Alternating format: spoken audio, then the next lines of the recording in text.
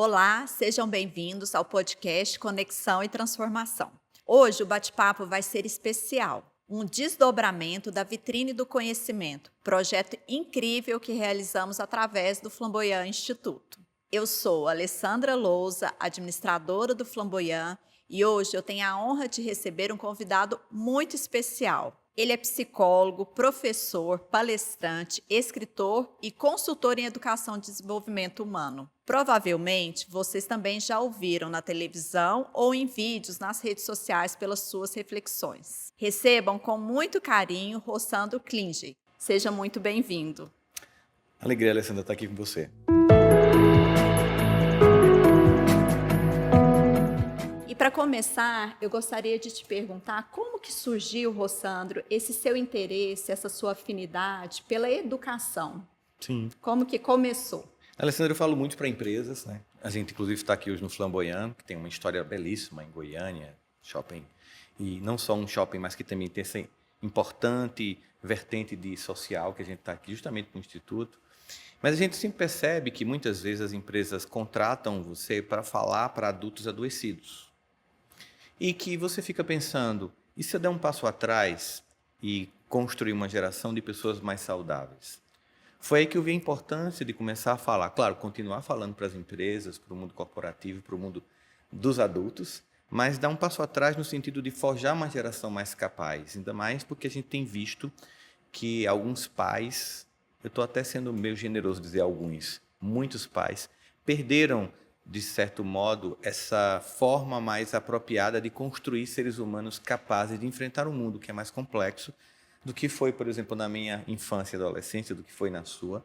A gente tem hoje um mundo mais complexo e uma geração menos capaz de enfrentá-lo. Então, os riscos psicológicos aumentam. Foi aí que surgiu a ideia de abrir uma empresa de educação socioemocional chamada Edu. Inclusive, tem escolas aqui em Goiânia que adotam o material, que é com o objetivo de formatar e construir as competências emocionais. Geralmente, os pais, nessa fase da criança e adolescente, eu estava até conversando com um amigo meu um pouco antes de chegar aqui sobre isso, tem muito focada a métrica de notas. Qual é a nota que meu filho tirou? Esquecem de olhar, por exemplo, capacidade de socialização, de enfrentamento, de resiliência, de generosidade. São competências que ninguém nasce com ela, ninguém nasce resiliente, nós nos tornamos. E que antigamente a gente meio que recebia isso da família e que ultimamente, infelizmente, muitos deixaram de entregar isso para os filhos. Daí foi a minha vontade de focar um pouco também na educação para que a gente pudesse cuidar dos adultos que estão adoecidos e criar uma geração que se tornasse menos vulnerável a um estado de adoecimento, dado ao contexto do mundo hoje em dia. Nossa, que maravilha essa oportunidade eu vejo como uma prevenção, um trabalho preventivo e ao mesmo tempo um suporte para esses pais que mesmo focados, né, na questão de conteúdo ou às vezes dessas competências mais técnicas que são necessárias para o mundo organizacional ou o mundo de trabalho, mas às vezes esquecem do principal, que são aquilo que era passado de valores, né? Geração após geração. Pra geração. E hoje, o que você percebe, assim, qual que é a maior dificuldade, o ponto, assim, de desafio, visto que temos aí a questão das redes sociais, da tecnologia, como que a gente cria mais conexão com os nossos filhos, com os nossos jovens, de uma forma que a gente possa acessar, realmente criar essa intimidade sensível, né? Que faz toda a diferença, porque não basta estar só presente nas questões operacionais, mas como que a gente aproxima dos jovens. Você falou uma palavra aí tão interessante, porque ela é de uma ironia absoluta. Nós vivemos num mundo em que as redes sociais, a internet, foi criada com a promessa de gerar o aumento da conexão humana. E, infelizmente, o que aconteceu foi um aumento da conexão de muitas pessoas ao redor, mas uma perda de profundidade das pessoas essenciais. Então, digamos que, obviamente, uma criança, um adolescente especialmente hoje, ele é muito mais conectado com muito mais pessoas via redes sociais, mas, em compensação, a profundidade das relações com as pessoas realmente importantes, amigos, irmãos, primos, pais, perdeu. E isso gerou que Zygmunt Bauman vai chamar de mundo líquido, de modernidade líquida, né? Ou então, que um outro filósofo agora também é um sul-coreano radicado na Alemanha, Byung-Chul Han, vai chamar de sociedade da transparência, sociedade do cansaço, porque é tanta coisa que você faz com tanta gente, são tantos inputs São tantos estímulos, que né? você não tem foco. Por exemplo, uma das coisas que acontece nas escolas é que um princípio para a aquisição do conhecimento é que para que eu adquira conhecimento, eu tenho que ter atenção. Para que eu tenha retenção de saberes, eu tenho que ter atenção. Se eu estou na escola com o celular, não tenho atenção. Se eu estou estudando em casa com o celular, eu não tenho atenção. Então, essa atenção dividida gerou o que uma engenheira da Microsoft chama de atenção parcial constante. Você está sempre disputando com o WhatsApp, com o Instagram, com o TikTok, com uma coisa, com um vídeo. São tantos inputs que, às vezes, você está conversando com alguém e a pessoa termina de falar e você faz... hã? E a pessoa fica com raiva, porque às vezes ela estava desabafando uma coisa difícil. Ou então, por exemplo, seu filho chega em casa e você está lá no celular. E aí, como é que foi na escola? Você não olha para ele, ele não olha para você. Foi legal. E você não percebe que ficou mais tempo no quarto que o de costume. Comeu mais rápido hoje. Não olhou para mim na mesa. Esses sinais que pais atentos e que precisam estar atentos e não conectados, precisam para se conectar naquilo que você falou. Essa intimidade é essencial para que a gente desenvolva um relacionamento. Não existe relacionamento sem intimidade. Isso. Intimidade é aquilo que você vai aprofundando a percepção sobre si e sobre o outro nessa troca. Se eu estou conectado com muita gente, eu tenho uma rede grande de pessoas que eu conheço, mas eu tenho uma baixa intimidade com as pessoas. E o que acontece quando acontece um problema real? Quando tem uma dor, uma decepção, um fim de namoro, um diagnóstico de uma doença difícil, uma falência familiar, é a sua rede social que vai lhe dar apoio? Não é, né? A gente sabe. São as pessoas que estão do teu lado. E se você não desenvolver um repertório de intimidade, como isso vai operar para te ajudar a viver isso? Por exemplo, hoje a gente olha muito na psicologia que antigamente a gente focava muito no trauma que você passou. E hoje a gente foca assim, quem estava com você lá. Porque dependendo de quem estava você lá, com quem você estava lá, você superou. Faz toda a diferença. Faz diferença, porque muitas vezes a coisa nem foi tão danosa, mas foi vivido num abandono tão absurdo que pior que o trauma foi não ter ninguém para te apoiar. Então, se você teve alguém que te apoiou, mesmo em momentos muito difíceis, quem nunca ouviu alguém falar, eu mesmo conto tantas histórias da minha mãe, do meu avô, que as pessoas percebem, pô, você passou por tantas coisas, mas essas pessoas estavam lá. E havia uma intimidade delas comigo, e havia uma preocupação delas comigo. E apesar das muitas dificuldades pelas quais passei, não ter estado só fez com que aquele evento diminuísse a força de impactar negativamente na minha vida. E isso só acontece com aquilo que você falou, intimidade. E você traz essa importância dos vínculos, né? Que remete realmente a esses vínculos, né, primários que a gente teve. E a forma como a gente internaliza isso e que a gente possa perpetuar isso em outras relações faz toda a diferença, não é mesmo, Rossandro? E eu queria saber assim, o que você percebe também, frente a todas essas situações, a questão da ansiedade. A gente percebe assim, esse aumento da ansiedade, tanto relacionado com excesso de estímulos. O que a gente pode fazer para... não para diminuir, mas para compreender e melhorar isso, né? A sociedade. Você sabe, Alessandra, que tem tudo a ver com o que a gente estava falando antes.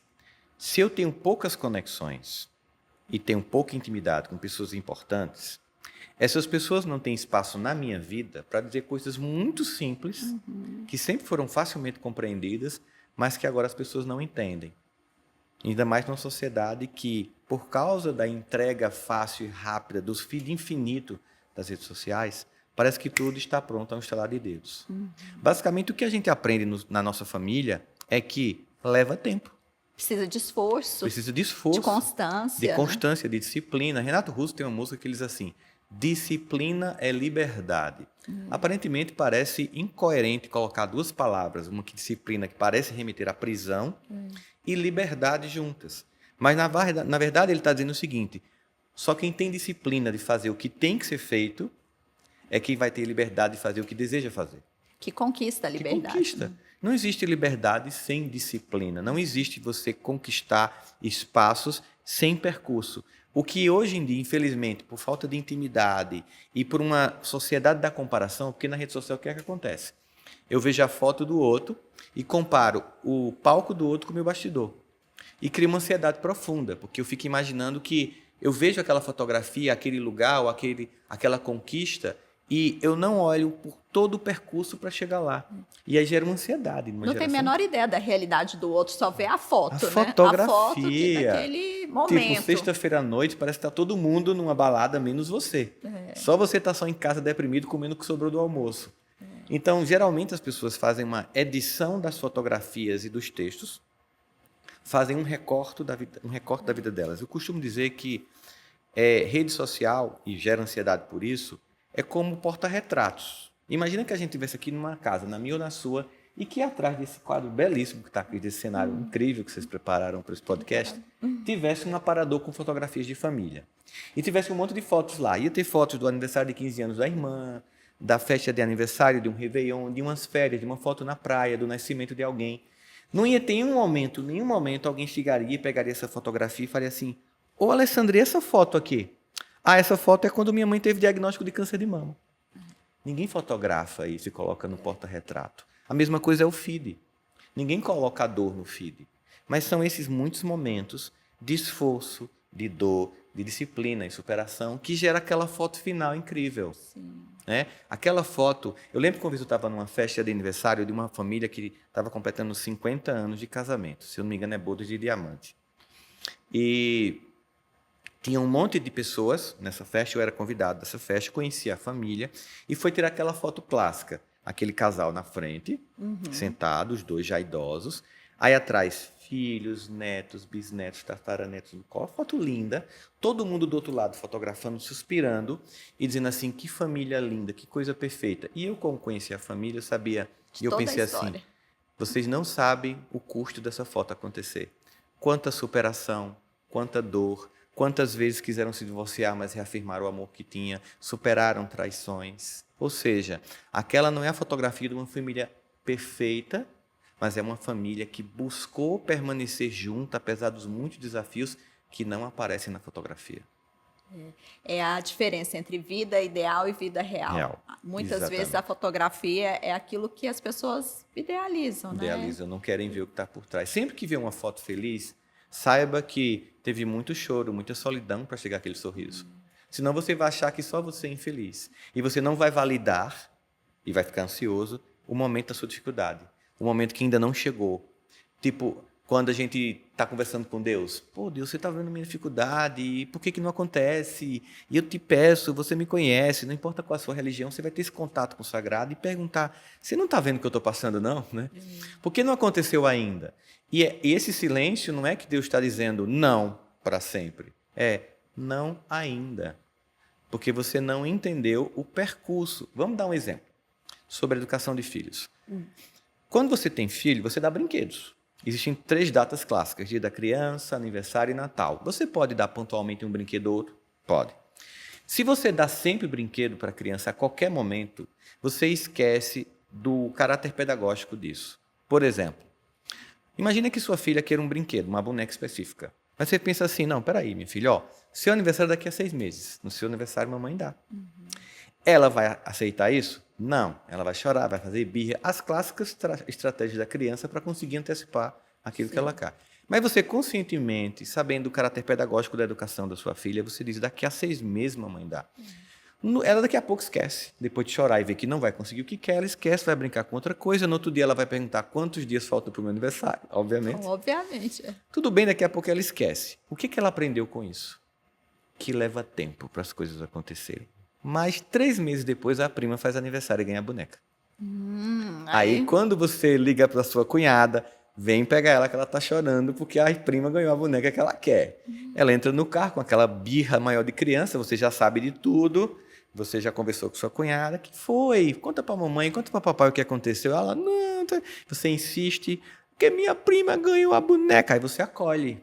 Eita, filha, a boneca que você quer, né? Eu entendo isso. Eu já quis uma vez uma boneca, um patins, e eu não ganhei. Mas você sabia que a sua prima esperou 6 meses para conhecer a boneca? Ela ganhou hoje porque é o aniversário dela. Ela também se quis antes, mas ela só ganhou hoje. O que ela aprendeu? A não invejar, a esperar o tempo dela, a entender que o outro chegou no tempo dele e que vai chegar o seu tempo. Ou seja, num simples processo de brinquedo, você está ensinando. Tudo na vida tem caráter pedagógico.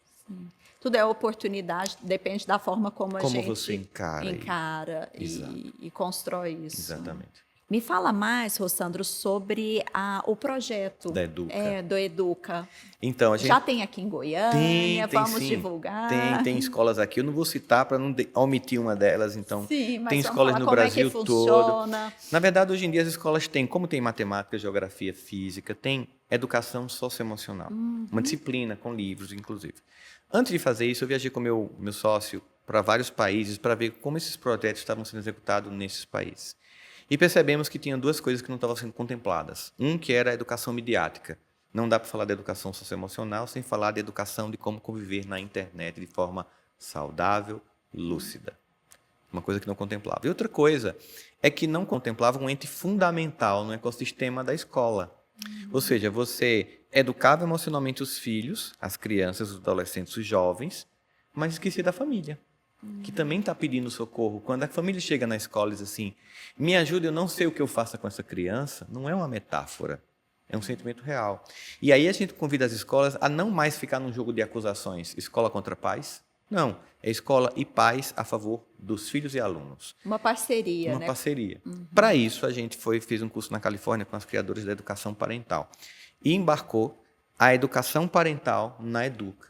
Então, a gente cuida das crianças, da escola e educadores e dos pais. E em junho e julho, a gente lançou a Educa Play, que é uma Netflix, uma espécie de Netflix de educação parental. Uau. Então, lá vai ter toda a jornada da parentalidade, como viver a experiência dessa jornada com crianças, jovens, adolescentes, pré-adolescentes, todas as dores. Meu filho não come mais, tem um conteúdo lá. Meu filho quer ser um digital influencer, o que é que eu faço?